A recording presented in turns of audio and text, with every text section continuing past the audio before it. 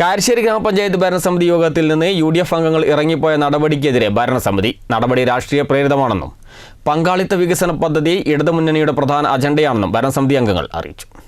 കാരശ്ശേരി ഗ്രാമപഞ്ചായത്ത് ഭരണസമിതി യോഗത്തിൽ നിന്ന് UDF അംഗങ്ങൾ ഇറങ്ങിപ്പോയത് രാഷ്ട്രീയ പ്രേരിതവും കഴിഞ്ഞ പഞ്ചായത്ത് തെരഞ്ഞെടുപ്പിലെ വൻ പരാജയത്തിന്റെ ജാള്യത മറയ്ക്കാനുമാണെന്ന് കാരശ്ശേരി ഗ്രാമപഞ്ചായത്ത് വൈസ് പ്രസിഡന്റ് M. ദിവ്യ, സ്റ്റാൻഡിംഗ് കമ്മിറ്റി അധ്യക്ഷരായ സവാദ് ഇബ്രാഹിം, അബ്ദുൽ ഹാരിഫ്, ജിബ്സ ജോബിൻ എന്നിവർ പറഞ്ഞു.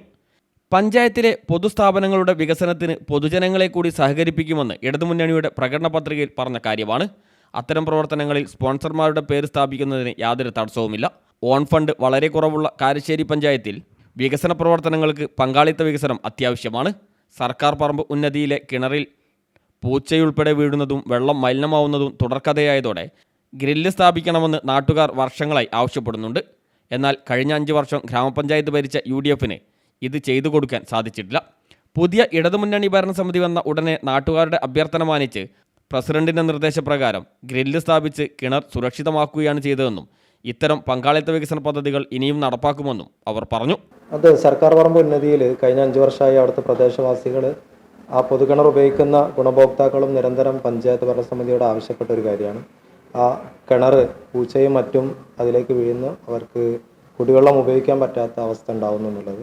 എന്നാൽ പുതിയ ഭരണസമിതി വന്നപ്പോൾ ഈ ആവശ്യം ഉന്നയിച്ച് അവിടുത്തെ ആളുകൾ വരികയും അടിയന്തരമായി പ്രസിഡന്റ് ആ കാര്യം അവിടുത്തെ ആളുകളുമായി ഇടപെട്ട് അവിടുത്തെ CPMന്റെ ബ്രാഞ്ച് കമ്മിറ്റി ഈ പ്രശ്നത്തിൽ പരിഹാരമായി അവർ ഗ്രില്ല് സ്ഥാപിക്കാൻ തയ്യാറാണ് എന്ന് അപേക്ഷ അവർ പഞ്ചായത്ത് പ്രസിഡന്റിന് നൽകി.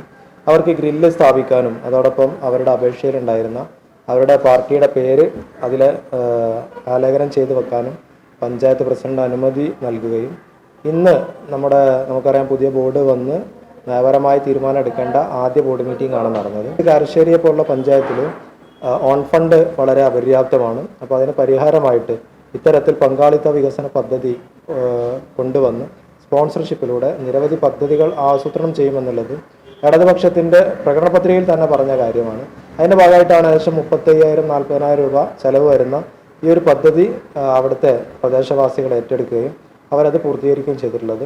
അത് പഞ്ചായത്തിൻ്റെ ഇത്തരം പദ്ധതികൾക്ക് പഞ്ചായത്ത് പൂർണ്ണമായ പിന്തുണ വരുന്ന 5 വർഷം ഭരണസമിതിയുടെ ഭാഗത്തു നിന്നുണ്ടാകും. സ്പോൺസർഷിപ്പിലൂടെ നമ്മുടെ വികസന പദ്ധതികളുമായി യോജിച്ച് ചെയ്യാൻ താല്പര്യമുള്ളവരെല്ലാവരെയും പഞ്ചായത്ത് സ്വാഗതം ചെയ്യും. അവർക്ക് ആവശ്യമായ സൗകര്യങ്ങൾ ചെയ്തു കൊടുക്കുകയും ചെയ്യും. CTV പ്രാദേശിക വാർത്ത മുക്കം.